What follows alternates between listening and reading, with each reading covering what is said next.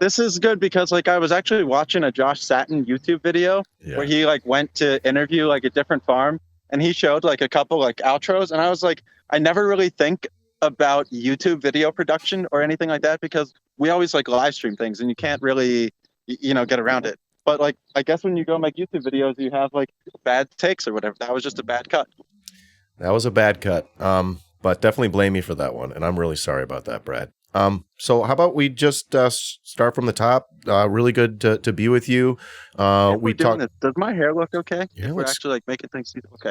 It's nice and spot. Okay, good. look fucking great, dude. We love you, Brad. Fucking thirst trap. I was thinking if I were doing similar work, I'd be like losing weight, getting cut. Oh, I sort of miss that kind of work. I used to do similar stuff. So do you want to get us started? I was doing like sort of like an hour of homework before the stream. We were watching videos as you popped in the chat there, and Oh, cool. it honestly not only looked like a promising thing for the country and for the world, but also promising for many individuals. And honestly, I looked at it and I thought that could be something cool I would like to do, perhaps. Like a beautiful way to connect yourself to the earth and to your work again and seize the means of your production. So to give, I think, a bit of context into what Dan is talking about for any people who might be seeing this on YouTube or anything afterwards, Mm. Dan, I think before was watching some videos about Mhm. like what an urban farm would be. There was one in Detroit. There were maybe like ones in a couple of different areas. And I'm Brad. I stream on Touring News. I've been doing some streaming for about like 2.5 years. This year, I think I'm going to be focusing on maybe showing like different urban farms and so forth. But the way that I went about like going to this one was there's a website or an organization, I guess it's an organization called Woofing. It's Worldwide Opportunities on Organic Farms. Mhm. There's around 1,600, 1,700 woofing opportunities in the United States. It's in about like maybe 90 or 120 countries. I'm not exactly sure how many. But what I'm supposed to be doing here at this urban farm in Cleveland is 25 hours of work per week in exchange for you're always going to get housing wherever you go. Some places have better internet than others. Some have better food offerings than others. Mm. Some have better, I don't know, other like offerings and so forth. But this one, I get food, housing, internet, and electricity. So it's really like not too bad of a deal. Mhm. And we're going to be chatting with Dan. I think I have to like answer some of those personal question things that people ask, and then some of the other parts and times we're going to be looking at like raspberries and indoor beds and hydroponics Yeah. and a no-till out front and some permaculture and so forth. Okay. Okay. So you want me to fire off some of those questions? Is that right? Yeah, I mean, I'm just gonna, if I don't want to answer one of them, just say, "Oh no, thank you." Oh, absolutely. That is really the idea.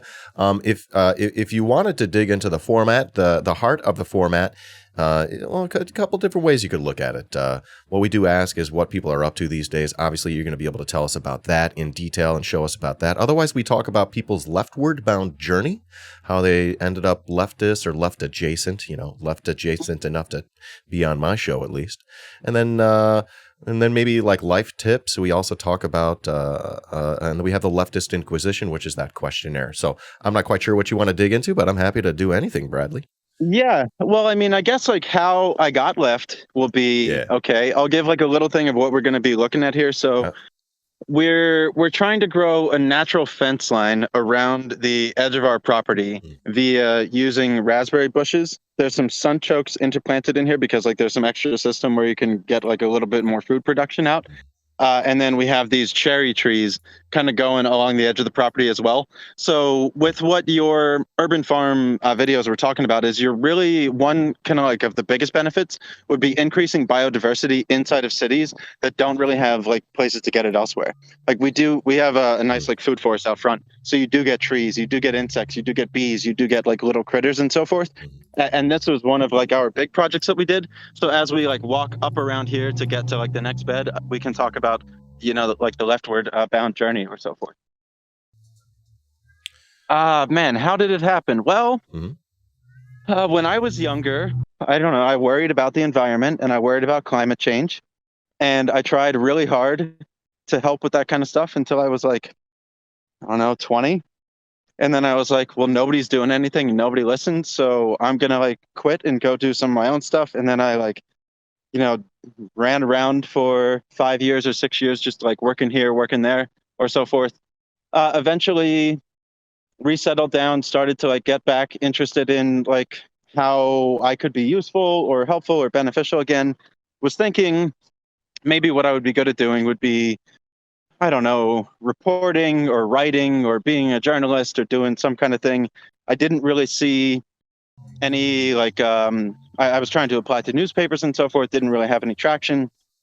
So then I was like, well, some people talk about like politics online, and maybe if you're a news channel that like reads articles with like a community and they're fact checking you and you're fact checking them, and you cover like a lot of different stories and you let them submit stories, so it even like removes like a little bit of your selection bias.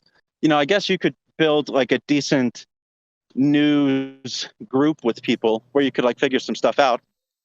So then this is now, I think, February 2019. So I started streaming, and I did that for like 2 years, really. I mean, just a lot, like all the time, like you do, Dan, or like any of the streamers do, 28 days a month or something, really trying to like learn a lot about like, I leaned into international news and economics, political economy, monetary systems, energy, and so forth. And after like, well, I ended up volunteering for Barney for a little while and doing some stuff with that. And at the end of all of it, I kind of just got to, well, we need people in the fields of like doctors, nurses, teachers, plumbers, electricians, builders, farmers, energy workers, I guess like some transport, some manufacturing and so forth. And one that kind of like interested me, that seemed like accessible to me based on like not having to like pay money to go into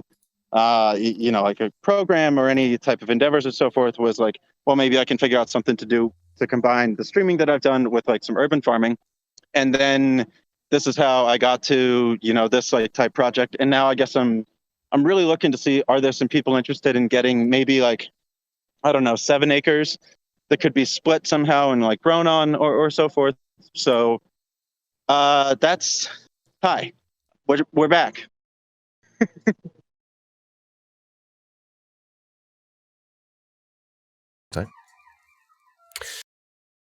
So your plan here is to work here for a while and sort of get your green thumb, get the strategies underway, and you want to buy a bigger plot of land. Is that the idea?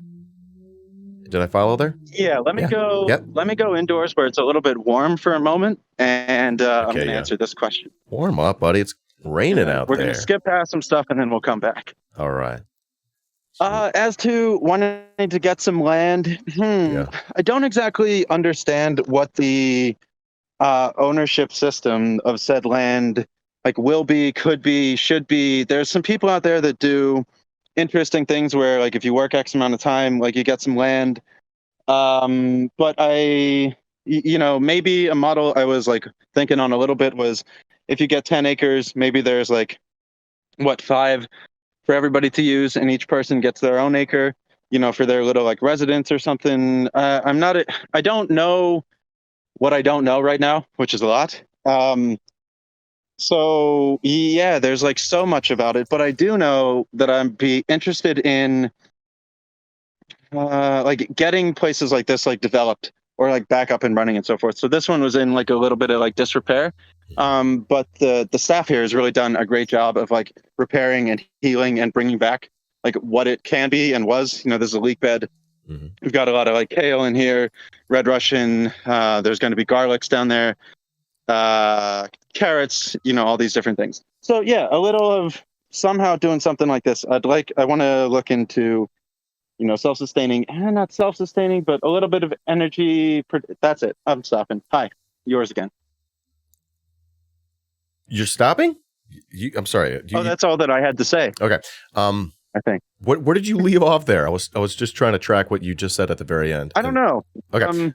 Self-sustaining or something, and then you said something else.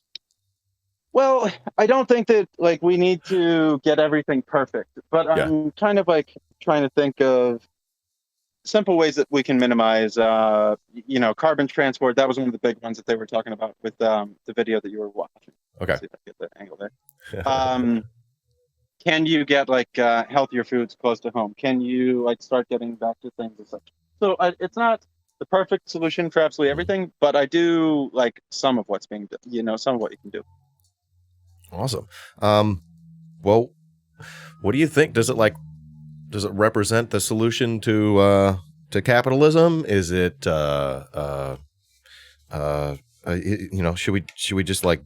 should we just all do this and then we defeat capitalism, or is this just a small part of it, or how big of a part of it is it, if No, it even I plays a mean, part? Yeah. okay, so I'm not the one that has like the answer to defeat anything, but like Mhm. if I were trying to win in a video game, what I would try to do is get as many, I guess, like 35 and under workers back into what would be agreed upon by democratic parties, back into those like fields, and try to like build up like enough labor power within these different like skill disciplines to, I guess, redevelop at least like some viability of labor power. So I'm all for. Well, I'm at the moment right now where I've been working with an arborist too. So like 3 days a week, I've been going with a certified arborist who's been teaching us how to. Sorry, what's this? Hmm? Oh, okay. The trash will be gone soon. I'll move over here for just. We'll wait for. I've been working with an arborist to deal with what happens if like a fungal rot infects a tree, or what happens if like a girdled root system is like taking over like a large oak or so forth. And it seems that there's just, I guess I want to go back, and I'm in the phase of like relearning some skills and then seeing, okay, how can we use a plot of land like this? Like, I think the best viable use case scenario of something like this one would be an educational facility to bring elementary schools, or to bring, youth clubs, or any type of people that want to come to get their hands on something, look into, have it be an open system. So, the answer to it would be as many of these endeavors as can be. Not the answer, sorry. One of the things that I would put forward would be trying to highlight and amplify and show different schools that can be redeveloped as, like, I guess, maybe like a vocational center or so forth. I think it's one thing that would be useful. Just one.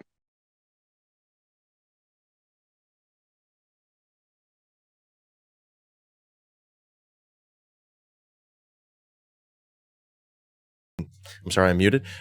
We've also seen in some of these videos that we were watching how it could be hard just to grow. It could be illegal in urban spaces to grow food.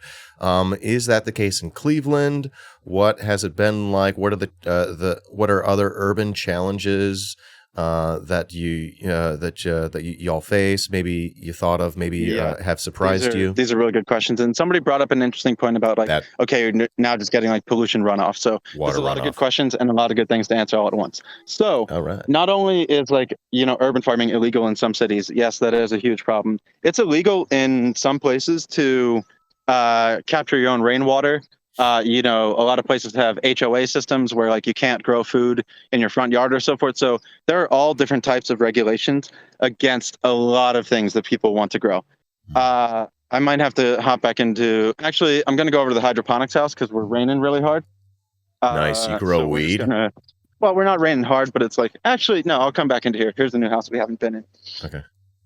This is potatoes, arugula, Asian mustard, lettuce, and yeah. Wow, some of these are really like coming up nicely here.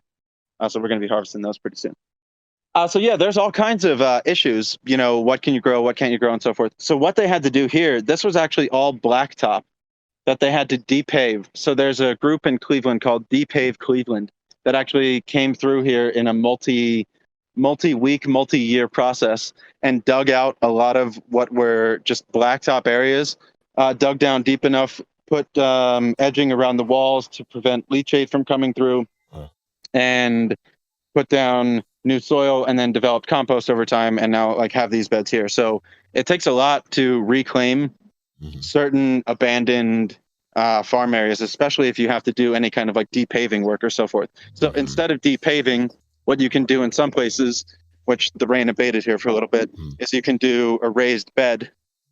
So these are raised beds. You can kind of just like bring up off like the top or whatever. This is a strawberry one before it's weeded, which like that's got to be weeded now. And this is what happens when your stuff looks the way it's supposed to. So these are going to be our strawberries. Oh, that's awesome. And these are raspberry canes. Real quick before, look at how nice and dark this soil is. That's good. Dark is good.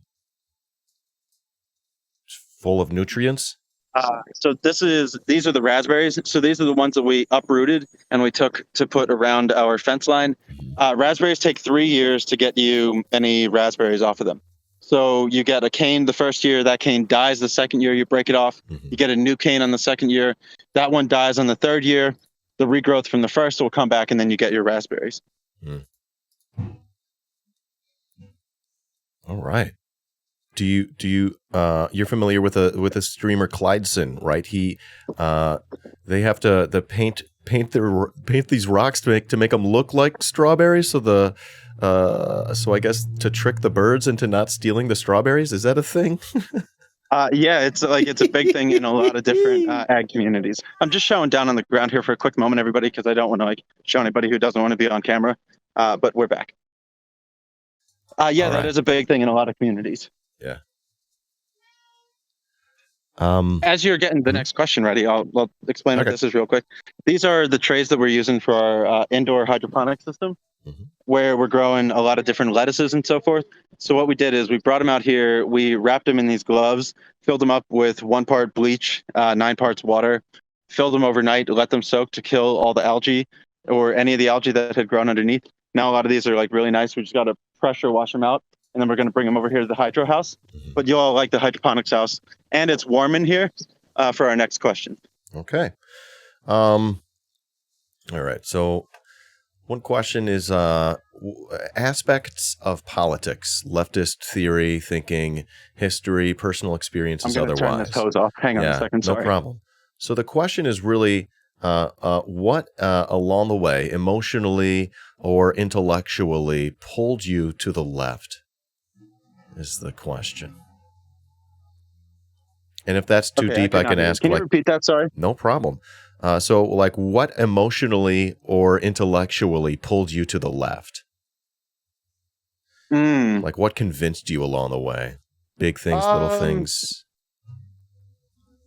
Well, I'm realizing that there's so much information that's out there in the planet that's just hidden behind somebody trying to extract either resources or profit from something else. And I was just talking about this the other night. I am not interested in really developing new farming technologies. I don't think that that's really within my purview at the moment. Maybe, I'm 31 years old. Maybe when I'm 47, if I do this kind of stuff, okay, cool. But there are so many people out there with YouTube videos or with tutorials or with know-hows that there's so much information that I just want people to share again and work collectively again and work towards common goals again. Because it just seems that it almost blows my mind that a problem cannot be figured out within 6 days. Pretty much anything that we need to figure out these days, grab 10 people, give them 5G internet, and they're going to figure it out. So I want to go figure out a way that we can do that and get more people to be a part of different processes. And that's a little of it, I would say. These greens look beautiful and healthy and delicious. My gosh. Look at you. That looks great. Well, what do you think, Brad? Do you want to do the questionnaire? Do you want to do the leftist inquisition? Like I said, I can tap out anytime I want to. All right, sounds good. The first question, Brad, what is your favorite word? Oh, my favorite word? Yeah. Do not have one at all. I know. Pass. Do you have a least favorite word? No. Pretty much the same question, but the flip side. No problem. I like dark blue as a favorite color. Oh, dark blue. I'll accept it. Yeah, but I don't know. Favorite word? That's a lot of like, man, because then you're telling people like maybe like a definition of something, and then it gets, no, I don't know. That's a weird one. Gets out of hand. I don't have a favorite word. Do you? I don't think so. It's just like a conversation maker. And look at us. We're having conversation. It did its job. All right. Then do you have a favorite drug, a vice, or guilty pleasure? And you could feel free to name one of each. A favorite drug, vice, or guilty pleasure. Well, I do like a beer. Yeah, I'm always a fan of, having a good beer. This is our hydroponic system as we're looking at things. It's a rocket stove. Right. You can see like the piping for everybody while I'm answering some of these questions. Yeah. Our water, I'll answer this I'll show this real quick and then we'll do that part. Okay. So plant-based beer, this right? is our hydroponic system that's pretty much like a closed system. We do have to add water into it, but you'll see what I mean about the closed aspect of it. Okay. So we've got our pump here, takes our water across, which then comes up into each of these blue tubes. Those blue tubes put it into the white horizontal bar, which then we are going to get like our water drip out through the straws, and it runs through our system here. All that you have to add in, that should be running, but I turned it off so we could hear inside. All that you have to add in is a little bit of nutrients. You're going to use some nitrogen, some phosphorus. I think you might have to use magnesium. And the nice part about it is because you have it slanted and sloped down, all of your water is going to go back through your piping system back down into your drain.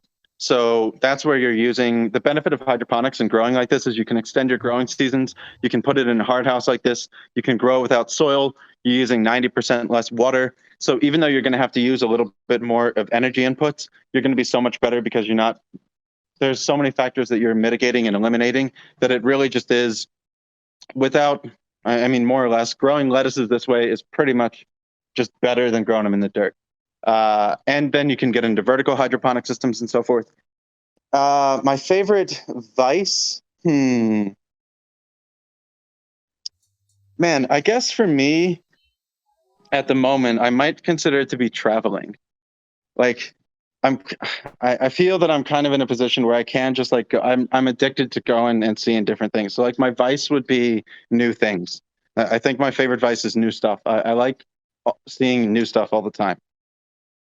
And what was the other one? A guilty pleasure, drug, vice, or guilty pleasure?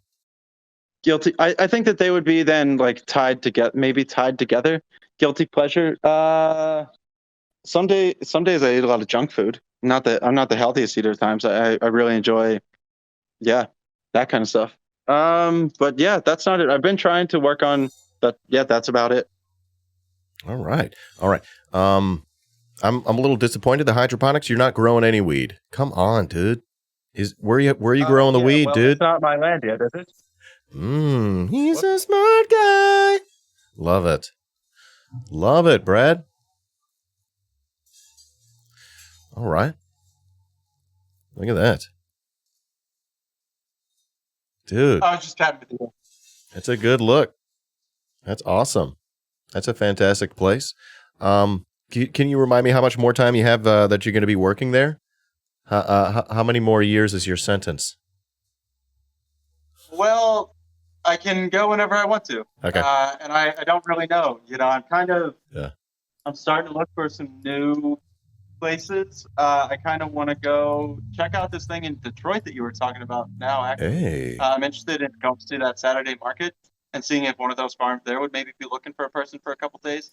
Yeah. But over the past couple, I guess like week and a half or 2 weeks, I've been wondering, like, can I maybe schedule like 6 or 7 different farms to go through over like a 4-week period? Maybe go for like 4 days to this one, do some of this kind of stuff, get some good like video footage for them. So into me applying into their projects, I'd be telling them, hey, I want to do a lot of media work. I want to do a lot of film work. So A, it's going to have to be, you have to be comfortable with that. But B, like your food has to be good enough. Like you can't be cheating. You can't be, bring in like nutrients from offsite. There's the possum. Possum. Little fucker.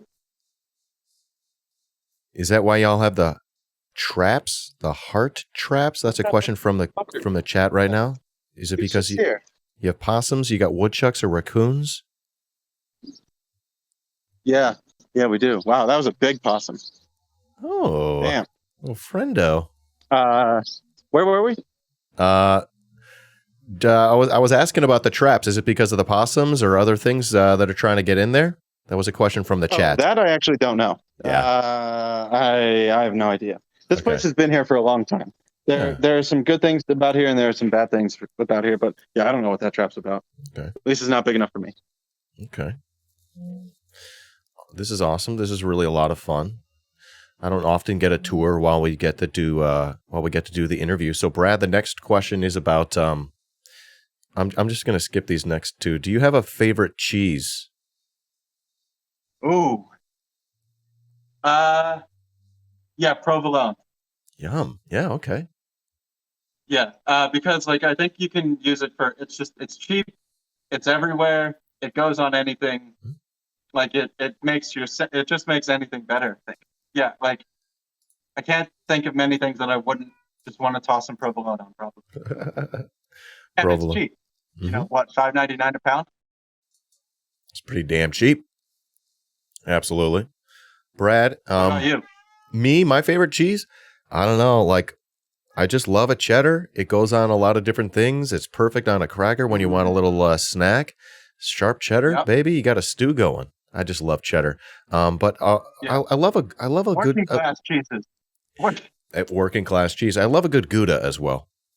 Yeah. Okay, nice. Yeah, Yeah. very tasty. Um. I like I guess my vice cheese or my step up would be like Ooh. a pepper jack or a Monterey Jack. Or I like give me some spice. Yeah. Delicious. Yeah. Brad, the next question. If you were reincarnated, and you came back as a plant or a non-human animal, and if somehow you could choose, what would you pick? A plant or a non-human? Yeah. A non-human animal.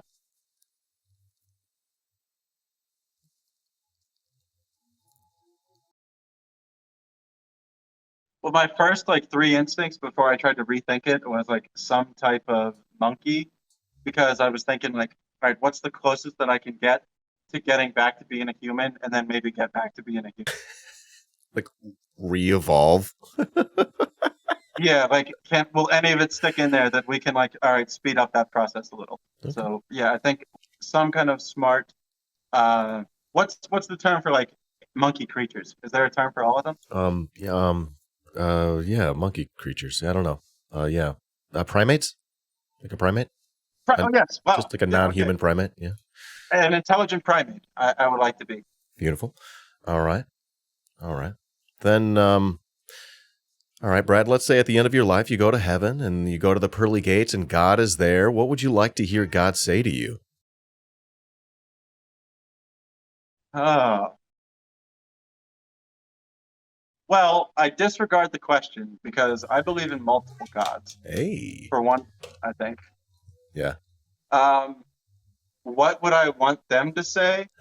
Yeah. I'd really just be, I mean, the simple answer here is I just want the door to open. I guess maybe good job.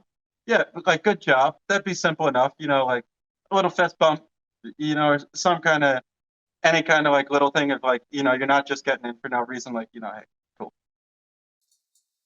I like that one a lot. Good job. Keep it simple. Yeah, get in there. Next up, got a couple more for you. Hey, touring news, who's an influential leftist that you'd love to be able to meet, and they could be someone that's dead or alive? Maybe have a nice hypothetical conversation with them. Turn to Darktown. Uh-oh. Darktown. Well, I mean, the person that I wanted to meet probably, and the one that influenced me the most into looking into international issues, which then spurred me getting into like macroeconomics and then into monetary systems and then to energy and then to soil and then to farming, was Michael Brooks. And I did get to meet him in Philadelphia in November of 2019. I went to the Michael Brooks show with Andre, actually sourcing support. Nate Spade and his brother came over in the evening. I met some other people like at the show and so forth. And that's like a simple one that jumps out to me because it had like a tangible impact early. Like when I started streaming early on, I saw like there was not really anybody besides like TMBS on like YouTube or Twitch sphere or so forth that was doing much like international news from like U.S. I don't even want to say Michael had a U.S. perspective, but just like from U.S. Pundits. Let's put it that way, or U.S. podcasters or so forth. So yeah, he was hugely influential for me for that one. Yeah. Rest in power, Michael Brooks. Yeah.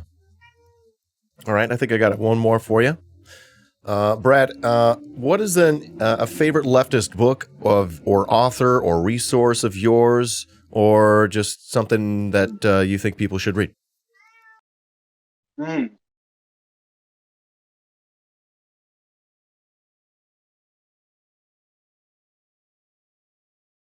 I've been on a global scale influenced by Yanis Varoufakis and his trying to blend Marxist ideas, I guess, into EU parliamentarian politics and into like monetary policy and like democratic policy, building DM25, starting the Progressive International, and some of these things. So I guess I mean, he has that wonderful, clip talking to someone about some of the developments China has helped infrastructurally build across the world that he would be famous for. His book, Another Now, is a really amazing look into. There's specifically like an 8-page section in his book, Another Now, which talks about an alternate timeline reality of what could have been had a lot of people striked against the derivatives market in the global financial crisis of 2008, 2009. TLDR would be, since all of energy had become privatized and everything became privatized, if people just struck and didn't pay any of their debts, you could then cause like a cascading crash through like financial systems and derivatives markets that would then force a lot of industry to be nationalized away from private hands. It could then be redistributed to the people through like different social media like strikes and stuff and so forth. So the Another Now, and he had a good thing on the DM25 YouTube channel that was pretty, I think, cool of things that could be or could have been or can be or so forth. So I like his blending of, in my opinion, what could be viable or successful larger scale tactics. And he has like a platform and he has got a voice to, be able to do certain things as such. So I'm hoping that he continues to lean into sustainable ecological development or international democratic unions. He's actually the one that wants a universal basic income. He doesn't talk about like United States basic income or these things. He's like, no, we should have he calls it a universal basic dividend.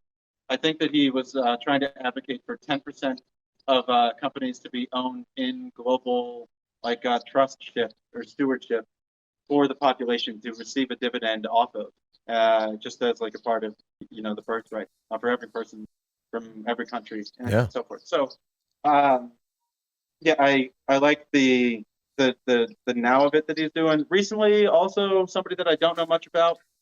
Retweets do not equal endorsements, but I'm just going to throw out a name of a YouTube channel I've been watching a lot lately. I've been watching Doug Lane on Zero Books. It seems that he's, well, I mean, obviously much more well-read than I am, but man, his brain is just working in a different capacity and wavelength. And we think similar thoughts, but I'm at like the 120 level of the course, and he's near like the 380 level of the course.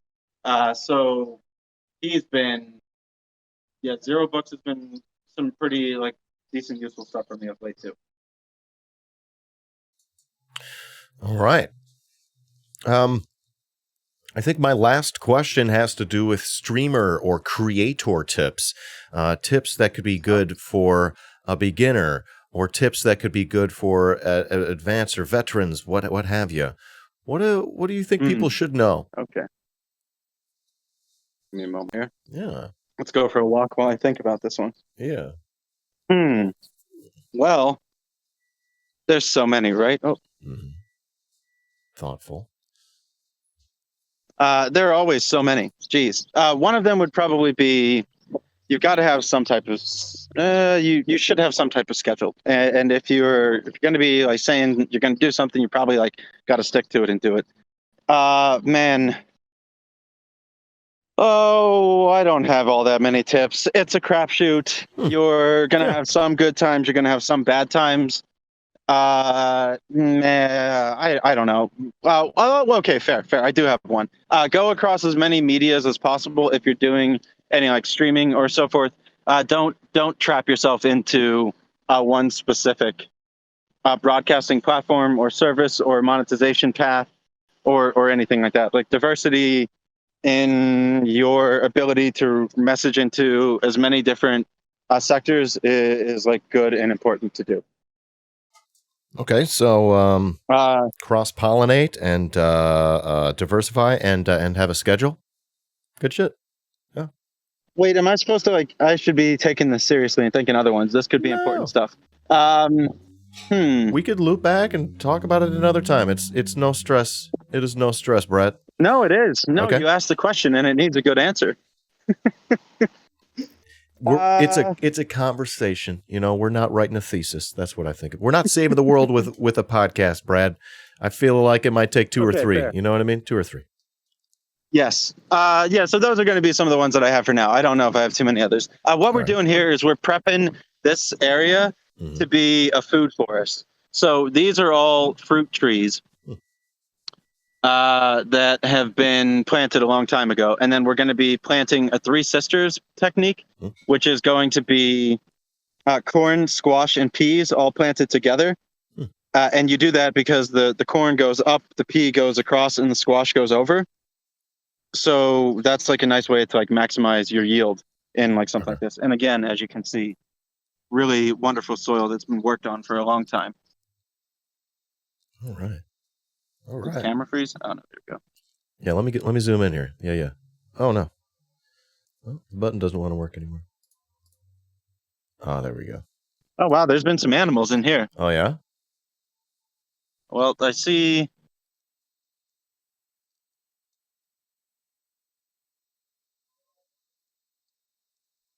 some sort of digging. And we can finish with our chickens, and then we'll go somewhere where you won't hear the highway. It's not very distracting, I'll be honest. Yeah. Good. Yeah.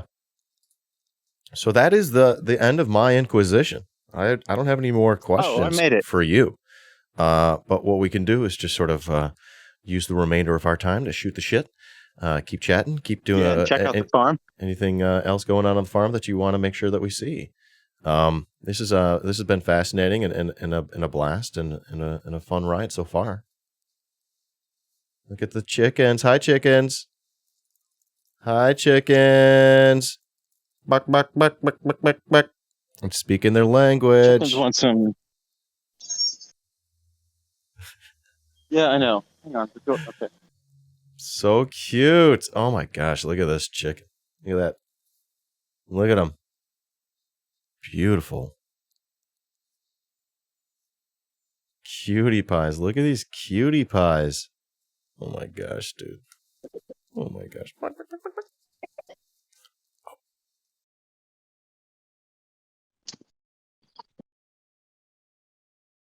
Quick, aren't they? Oh yeah, so these are our chickens. Chicken coop in here. Yeah. Oh, this one's really pretty.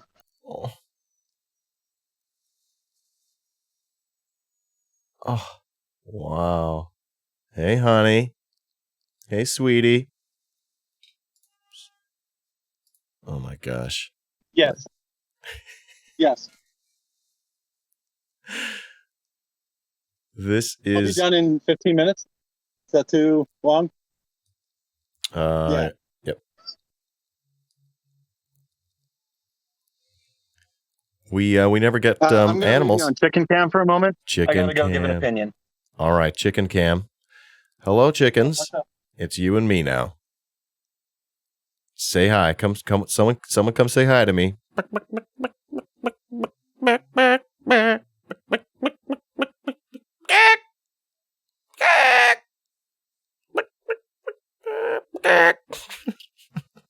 Talking to chickens. Okay, chicken cam has ended. I never expected to talk to chickens. Okay. I'm going to go to a place where things are going to be less hectic. We have an indoor grow room that will be nice and peace and quiet that we can hang out and chat in, and I won't be so distracted from 80 sounds. Okay. This is all right. This is great. You got the gimbal. That's doing good work for you there. I love it. I got to get one of those. I sort of want to do more IRL stuff. This looks great.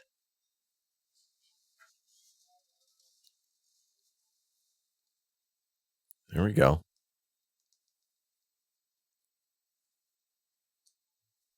There we go. Oh, yeah.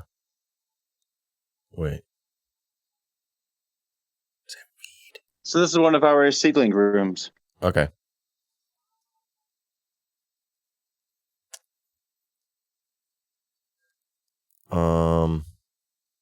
Yeah, you're cutting out when you're inside here. You definitely cut out a little bit when you're inside here. That's okay. What goes on in the seedling room? I'll give you a moment. Are we back? Yeah, sort of. The video's not clicking in yet. Oh, I'm outside now. Okay. Actually. Hang on. Okay. There we go. That looks better. That looks good. We're with you now. Another little cool thing that I'll show, and then we will find like a nice relaxing spot. Yeah. We got a ton of bees in here.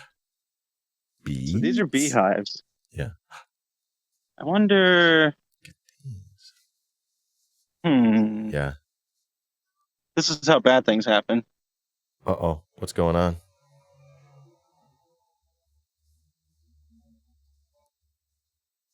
Is that bad? Well, there's bees in there. I wanted to see them, but no, they're all trying to like stay warm. It's kind of cold here today, so I think they're all indoors trying to stay heated. Okay. So yeah, that's what I've been up to, Dan. How have you been?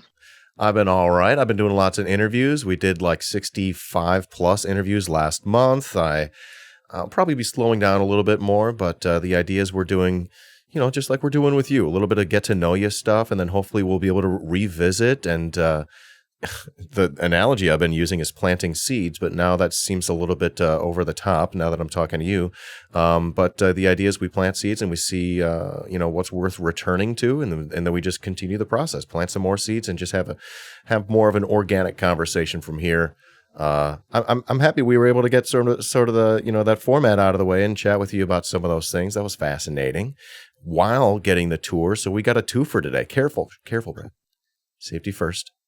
Safety first and teamwork. So yeah, if you have some more time, we can hang out, but otherwise I can let you go. It's up to you, buddy. Yeah, for sure, dude. There's one thing that we didn't show in here actually. All right. While we are here. Mm-hmm. And that is, how's my camera work been? It's acceptable. Very good, actually. Yeah, good. Okay. Yeah. So this is our rocket stove, and you can use this in cold climates, and this is going to be like a homesteader's like favorite. So what you do is you take little pieces of wood about yay size, which if you're near any woods anywhere, you're just picking up dead twigs like down on the ground. So you're not cutting trees down. You're not like adding too many problems there or so forth. Mm-hmm. So then you burn that a little bit. It runs through your first pipe, which is then going to go underneath your stone and underneath the cob. Cob is a material that you bake. It's like dirt and straw and other materials that you heat up really hot, and then you bake it, and it'll sit there and hold the temperature better, or it can even be used for like simple structural building. You'll see some people build cob houses. But then the pipe comes all the way back here, and your smoke is going to go up out the top there. So, whoops, sorry about that. So you're throwing your smoke up out of your system. You're heating up your stone and your cob instead of heating up the air, which is going to like lose all your temperature really, really quickly. And when it gets really cold here in the wintertime, because we grow lettuces here 365 days a year, what we'll do is we'll put another plastic over this piece. There, what did you see? Yeah, okay, so plastic over that part, and then we'll kind of like enclose this whole little room, and we can keep it in here maybe 45 or 50 if it's like 10 outside or so. Wow, That is fascinating. So that stuff is like a mud insulation / building material. Yes. Cool. Oh my gosh, look at that mud cake. Ew. You baked it. That is so cool. That is so cool. And you make lettuce all year round inside there. Stays warm enough during the winter. And I'm assuming it gets just as cold as it does here in Chicago. It's pretty damn cold, dude. Now sometimes you have to be careful if it gets too hot. Like, there can be a too hot in houses like this. So that's why we've got a fan. I mean, these aren't really good ventilation systems, but there's 2 fans to like blow some air through. But the other day it was 97 when I was in here the other day, and it was like 75 or 80 outside. Ew. So like it gets, you're kicking up some temperature in here. Yeah. That is absolutely fascinating. That all looks absolutely delicious and fresh and green and amazing and really inspiring. You're doing this in the middle of Cleveland, in the land of Cleve, just right there in a lot. Looks like, there's still asphalt. So this is what you can do even without tilling that stuff up, without removing all of that. You're able to do these. This is hydroponics growing. Look at that beautiful stuff. All that you need to add is nutrients, which we use. I don't know what this is, but this is what we use. It's called Platinum Seed Performance Guarantee, made in Australia. NPK. Okay, so that's the, I guess, important part. The the nitrogen, the phosphorus, and potassium. Is that what it would be? So it's a 200. You have to balance your numbers, and that's going to be your real only add-in into your system. But then you're just going to need. So if you're wondering like how much electricity you're using or anything, we're using one pump. It's one pump that does the whole system. So it's really not too bad for that way. You're using sticks to keep it heated in the wintertime. You don't really need to use the grow lights, except maybe a little bit in the winter if it's really dark for a while. No soil. Not that much water because you're bringing your water back through your system. It's running back through your pipe over here, and this is so down over there. Whoops. Yeah, I saw is where that part is, and then up here would be this part too. All right.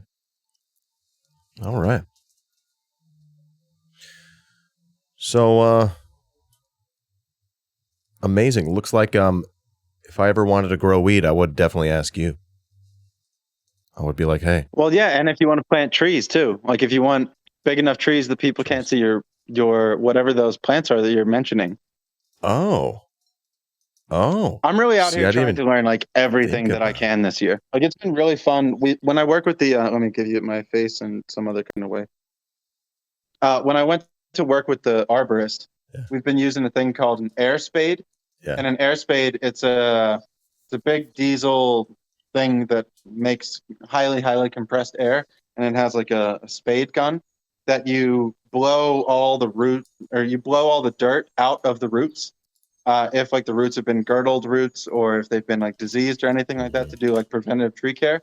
That way you're not striking the roots with shovels or anything. You're just, blowing air, and then you're kind of like, imagine a very, very overpowered archaeologist's tool to remove sand from okay, that's it. Nice. Wait, what is this? Where did that? I didn't do that. Okay, I just pulled it up. Yeah, I just YouTubed it. That's it. It wasn't me. That thing. It's a lot of fun. Yeah. That's pretty fascinating. Air spade. Yeah. That's what the guy had in that movie, No Country for Old Men. No, that's not true. Different. Similar. But yeah, do you see how it's not really hurting the roots? You're just blowing the air off of them. Holy shit, dude! It's like tree dentistry. Yeah. The guy is a certified arborist. It's been like he really cares about tree health. Wow. And helping trees survive. Wow. That's cool. So that's as interesting, if not more interesting, than what I've been doing here, I think. Yeah, specialized tools. I'm into that. That is awesome. What do you think about the thought that this stuff like this is hard to do without getting grants or without being supported by a wealthy benefactor. I don't know. What do you think about that? They're right. Yeah. Yeah. Yeah. I mean, yeah, because so this place is a nonprofit. None of the board members get paid. The executive director of the farm doesn't get paid, but they've still got to pay all the electricity bills, the water bill, the sewage bill, the upkeep on the building, the food for us, the electricity. You're dealing with like woofers who are people who, might come for 2 weeks. Somebody might come for 3 months. You don't really know exactly. There's a lot of turnover and so forth. So it's really difficult to run something like this in the style that they do it. However, though, in like a different way, if you want to just like get a market garden for yourself, you can do it in your backyard if you have one on a quarter of an acre. You can put out massive amounts of food. There's a person called Josh Satin, Joshattin. He's somebody that Clydeson showed me, and he just has really beautiful lined beds, wood mulch chip in between them. He does two 100-foot long caterpillar houses, I think, like 16 feet wide by 100 feet or something like that. And he just does like deeply intense planting that doesn't take a lot of money to get into. I was interested. You had a comment before that, rich people can go and make a huge tilapia farm. I am actually really interested a little bit in like large scale indoor vertical hydroponic or aquaponic systems. Can you get one 10,000 square feet? Can you go 20? Like how big can you get? How much food can you make like this in a city for people with like no soil, no water, no transport, a lot of just like benefactor things, especially when you have a lot of abandoned commercial real estate property from COVID-19 pandemic, from businesses moving to work from home more, from a little bit of moving out from cities. So it's a shame, but there are ways to get the grants, like and so forth. But yeah, it's expensive. And also the other thing is like you're never going to make money ever. And if you are, like, what are you doing? You're making money off of like growing food. So that's really not all that good either. Mhm. But you got to survive somehow. Each of these are worth about like $3 if we sell them. So we have like enough capacity to be growing 720 out here at a time. I guess you could have some seed starts inside. So maybe they're ready. They get ready every 60 days. Yeah. So I guess you could be selling 72 a week. So you could be outputting only like $220. Like, so with this system, you can maybe make about $12,000, That's my math as well. even if Yeah. you're perfect on it. Yeah. Yeah. And do you So do sell that? You do sell and you yeah, all we make a sell it at a local market. We sell at a couple local markets. Yep. okay. And then any of the money goes back into keeping the place going and yeah. Probably a lot. Yeah. As you mentioned. Okay. Well, I'm looking at Chad, and I'm going to give Chad an opportunity to ask any last questions of Brad here of Touring News. I don't want to keep you any longer than you're able to stay. But another question was the rocket stove inside is not a problem because the exhaust is unidirectional as long as it works as intended. You don't get carbon monoxide inside, do you? Right. So when you're actually starting your rocket stove, the way that we have this one designed, if you're getting too much smoke early at the beginning, Yeah. it's some kind of like person who knows a lot about like temperature and like airflows and so forth could answer this better. But it's because the air hasn't started to go through that pipe yet. So what you can do is you pop this part off and you burn a little piece of paper or something inside of. Go in there, camera. Yeah, you burn a little piece of paper in there, and that starts to pull the air. And then I guess it like starts like the whole kind of system going. So that's what you do if when you're starting your fire, you're not getting it to go through quickly enough. But that's because that can be a big question. And I will full disclosure say about the 4 lettuces that were sitting right here did have a little bit of dirt on them or soot from like the smog, but it didn't extend beyond just about the 4 right here, which was really pretty nice. That's fascinating. This is so cool. Well, what do you think? Are you feeling like a return to the earth? Do you feel more earthly, a connection to the ground, to your food, to your world? I don't know. I feel that I'm expanding. I don't really feel tied to anything yet, but I feel growth, which is like a good thing to feel. Um, yeah, I don't exactly know if it's really, and I'm not even exactly looking for a return to earth feel because I am interested in hydroponics. I'm interested in aquaponics or vertical systems. So I don't think that like the answer is, a complete return to the field. Mm-hmm. It seems to be, somebody was bringing up a cool idea. Like it would be nice to have, um, two farms that have a relationship with one another, one rural, one urban, that you could kind of like shift back and forth between like different settings, different lifestyles, different production techniques, different learning, like, endeavors and so forth. So I think that's something that also seems to be pretty cool. There's a lot that really seems to be pretty cool. This year, over the next like 3 months, I got to cram a bunch of knowledge in, and then it's time to, I think, like find land in the fall or soon. Like, I mean, soon. Give me a patch of dirt anywhere, everybody. I've got shovels and 4 tires to get me there. That sounds like a blast. Brad, I think for me, I think that's a perfect time to end it. A perfect time to wrap things up. I really am happy that we were able to do the chat and the tour as well. It was a twofer, and I feel like I feel very honored and grateful to have been a part of this. Thank you very much for sharing that and the whole tour and everything. Thank you, buddy. Yep, I appreciate being on, and I hope you all have a good day. Thanks so much. All right, see you. We'll see you next time. Peace. Solidarity, Brad. Boom. All right. Yeah. Yeah. That was Brad, dude. I left too early. So we're still here. Hey, YouTube.